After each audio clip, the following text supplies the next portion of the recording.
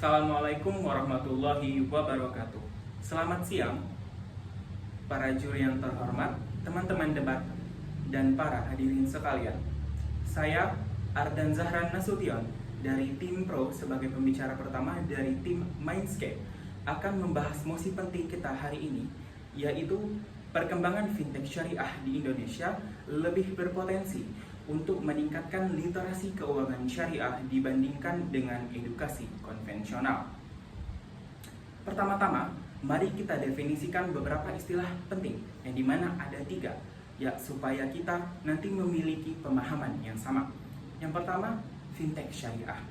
Fintech syariah merupakan singkatan dari Financial Technology Syariah, mengacu kepada penggunaan teknologi digital untuk menyediakan layanan keuangan yang sesuai dengan prinsip-prinsip syariah atau hukum Islam. Contohnya, dompet digital syariah, aplikasi pembiayaan m-banking syariah, dan platform investasi syariah. Yang kemudian kedua, literasi keuangan syariah, di mana maksudnya adalah kemampuan dalam memahami konsep-konsep keuangan yang berbasis terhadap hukum-hukum syariah dan kehidupan sehari-hari. Salah satunya dalam produk-produk syariah yaitu tabungan, investasi, dan asuransi, serta larangan-larangan dalam hukum syariah yaitu riba, gharar, dan maisir. Kemudian edukasi konvensional, yang mana artinya adalah salah satu metode belajar ataupun metode pengajaran yang dilakukan secara tradisional yang biasanya dilakukan dalam institusi pendidikan seperti belajar tatap muka dalam kelas ataupun seminar dan juga workshop tatap muka. Dalam konteks ini, mosi kita membahas apakah fintech syariah itu lebih berpotensi dalam meningkatkan pemahaman masyarakat dalam literasi keuangan syariah, ataupun bisa disebut dengan apakah masyarakat mampu memahami keuangan dalam basis syariah melalui konsep fintech syariah dibandingkan dengan belajar dalam edukasi konvensional. Saya sebagai tim Pro sangat setuju bahwa fintech syariah itu lebih berpotensi dalam meningkatkan pemahaman masyarakat terhadap literasi keuangan syariah dibandingkan dengan edukasi konvensional. Karena 3 alasan utama. Yang pertama, akses yang lebih luas. Akses yang lebih luas merupakan salah satu keunggulan fintech syariah, di mana dalam layanan keuangan dan juga informasi-informasi yang disediakan oleh fintech syariah itu memiliki akses yang lebih luas. Disebut akses yang lebih luas karena dapat dilakukan oleh siapa saja, di mana saja, dan kapan saja. Sebagai contoh, misalnya dalam sebuah desa kecil, seseorang dapat mengakses sebuah informasi dan layanan keuangan fintech syariah hanya dengan menggunakan ponsel pintar, dibandingkan dengan edukasi konvensional yang mana memerlukan seseorang itu berada dalam keadaan fisik dan dalam kurun linear waktu yang sama, yang mana kurang interaktif. Kemudian yang kedua, interaktivitas yang lebih tinggi. Seperti yang saya sebutkan tadi, interaktivitas yang tinggi merupakan salah satu keunggulan utama dalam fintech syariah. Berbeda dengan edukasi konvensional yang mana memiliki kurunan waktu linear 1 dan juga kurang interaktif. Yang ketiga, beradaptasi terhadap zaman, di mana fintech syariah itu selalu dapat berinovasi dan dapat bergantung dan juga dapat berubah sesuai dengan zamannya. Dalam informasi dan layanan keuangan syariah, tentunya fintech syariah dapat beradaptasi dengan baik dan juga memberikan kemudahan dan juga yang praktis terhadap masyarakat supaya gampang diakses. Berbeda sekali dengan edukasi konvensional yang biasanya selalu terlambat dan ketinggalan zaman. Oleh karena itu, saya dari tim Pro sangat setuju terhadap argumen tersebut, dan kami dari tim Pro juga percaya dan yakin bahwa perkembangan fintech syariah di Indonesia lebih berpotensi dalam mengembangkan literasi keuangan syariah dibanding dengan edukasi konvensional dengan 3 alasan utama tersebut. Saya dari tim Pro mengundurkan diri. Terima kasih. Baik, Assalamualaikum warahmatullahi wabarakatuh. Perkenalkan, nama saya Anissa selaku pembicara kedua dari tim kontra yang bahwasanya pada hari ini tidak setuju terhadap mosi perdebatan kita, yaitu perkembangan vintage syariah di Indonesia lebih berpotensi untuk meningkatkan literasi keuangan syariah dibandingkan dengan edukasi konvensional.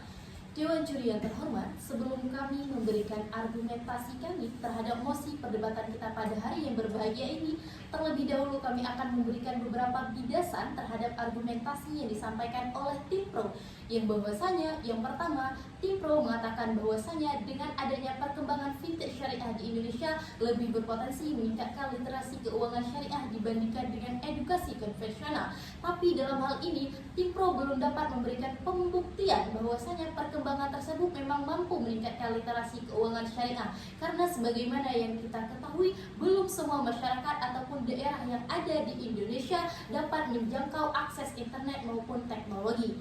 Kemudian yang kedua, tim pro juga mengatakan bahwasanya interaktivitas yang didapatkan lebih tinggi ketika adanya perkembangan vintage syariah sehingga dapat meningkatkan literasi keuangan syariah. Padahal Dewan juri yang terhormat, dapat kita pahami di sini bahwasanya interaktivitas yang lebih tinggi justru didapat dengan adanya edukasi secara konvensional ataupun langsung yang dilakukan kepada masyarakat. Baik, memasuki landasan argumentasi kami, mengapa kami tidak setuju terhadap mosi perdebatan kita pada hari yang berbahagia ini? Yang pertama, adanya ketergantungan dan keterbatasan terhadap teknologi membuat perkembangan vintage syariah di Indonesia itu masih belum berpotensi untuk meningkatkan literasi keuangan syariah dibandingkan dengan edukasi konvensional.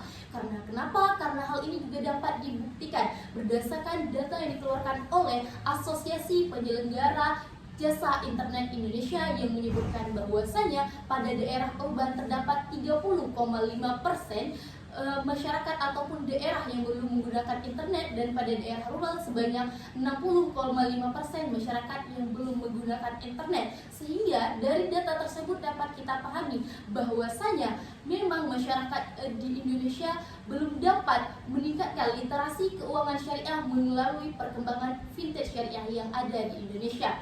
Kemudian, alasan yang kedua, mengapa kami tidak setuju terhadap mosi perdebatan kita pada hari yang berbahagia ini, yaitu dari segi kualitas dan kredibilitas yang dimiliki oleh edukasi konvensional itu lebih terverifikasi. Dalam artian dapat kita lihat bahwa pemateri contohnya dalam melakukan workshop itu berasal dari orang yang memang sudah ahli di bidangnya dibandingkan dengan literasi-literasi yang ada di dalam vintage.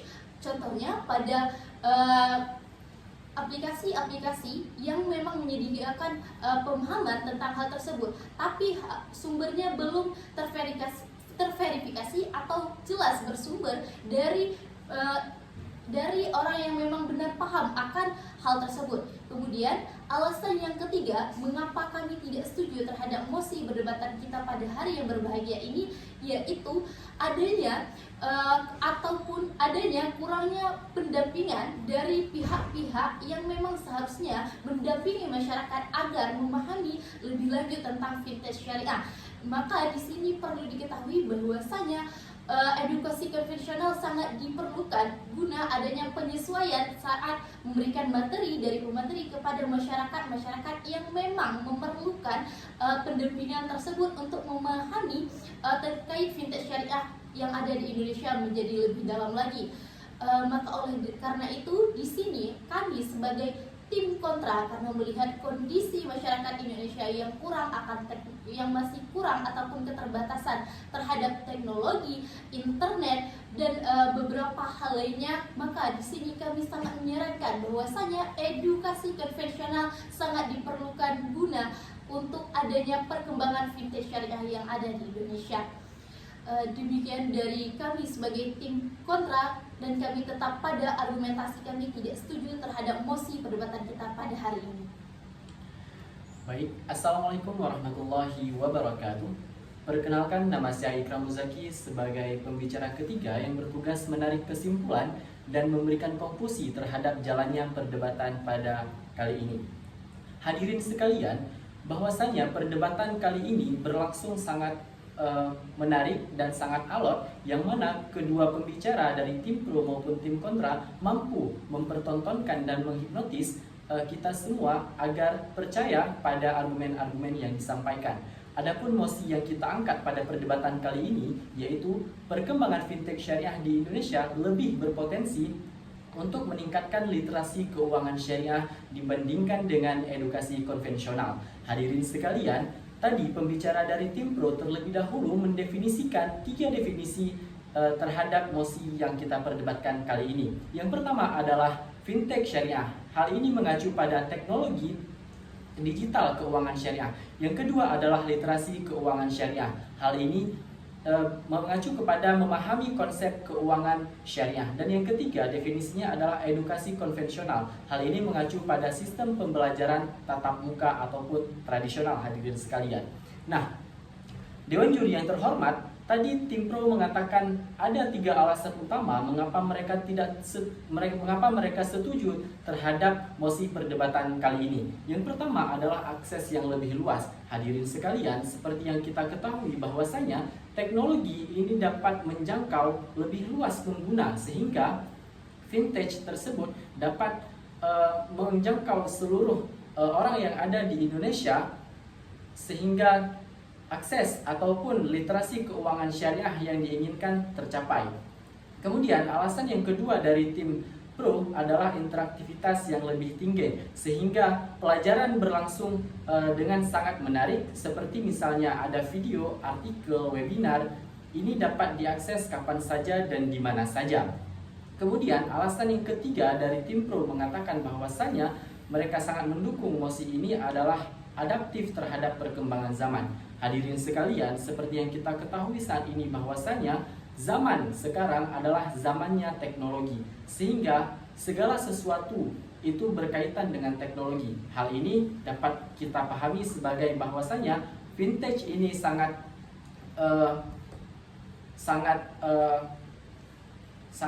sesuai dengan perkembangan saat ini.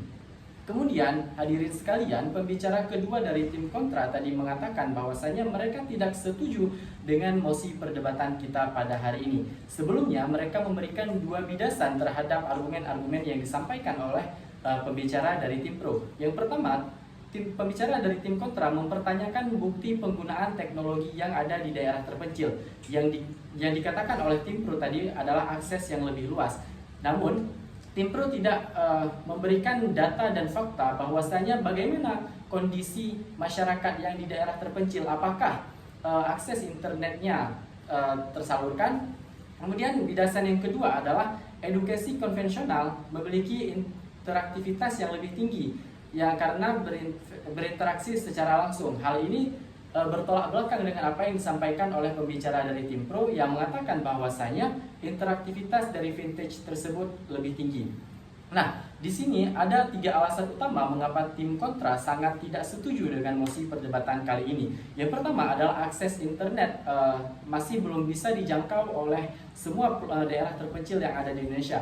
Tadi tim kontra mengatakan atau memberikan data kepada kita yang dilansir dari ABJI bahwa sekitar 30,5% penduduk urban itu belum mengakses internet. Sedangkan penduduk rural itu sekitar 69,5% belum mengakses internet. Hal ini menunjukkan kesenjangan adanya bahwa masih banyak di luar sana orang belum memiliki akses internet. Kemudian alasan kedua dari tim kontra adalah tingkat kualitas dan kredibilitas informasi. Yang disampaikan tim kontra adalah jika misalnya edukasi konvensional itu langsung dengan ahlinya kita belajar. Namun jika dengan dari vintage, informasi yang diserap dari teknologi itu tidak tersaring, sehingga belum tentu informasi yang disajikan adalah valid ataupun kredibel. Yang ketiga adalah alasannya kurang pendampingan langsung.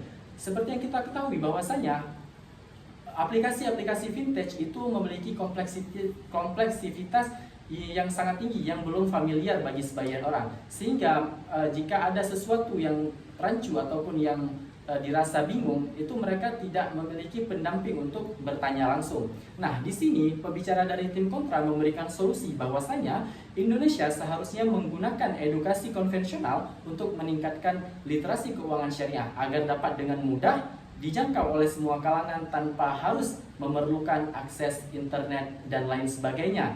Karena Indonesia belum memiliki akses sepenuhnya terhadap internet. Demikian yang dapat saya sampaikan, lebih dan kurang mohon maaf. Assalamualaikum warahmatullahi wabarakatuh. Dengan demikian, pemaparan video argumentasi debat dari tim Mindscape Universitas Islam Negeri Ar-Raniri, Banda Aceh. Maka sebelum kami tutup video kali ini, kami akan memberikan sebuah kaidah maqasid syariah, yaitu tasarruful al-imamu ar-ra'iyati manutun bil maslahah. Kebijakan pemerintah bagi rakyat harus sesuai dengan kemaslahatan. Maka dengan demikian kami akhiri. Wassalamualaikum warahmatullahi wabarakatuh.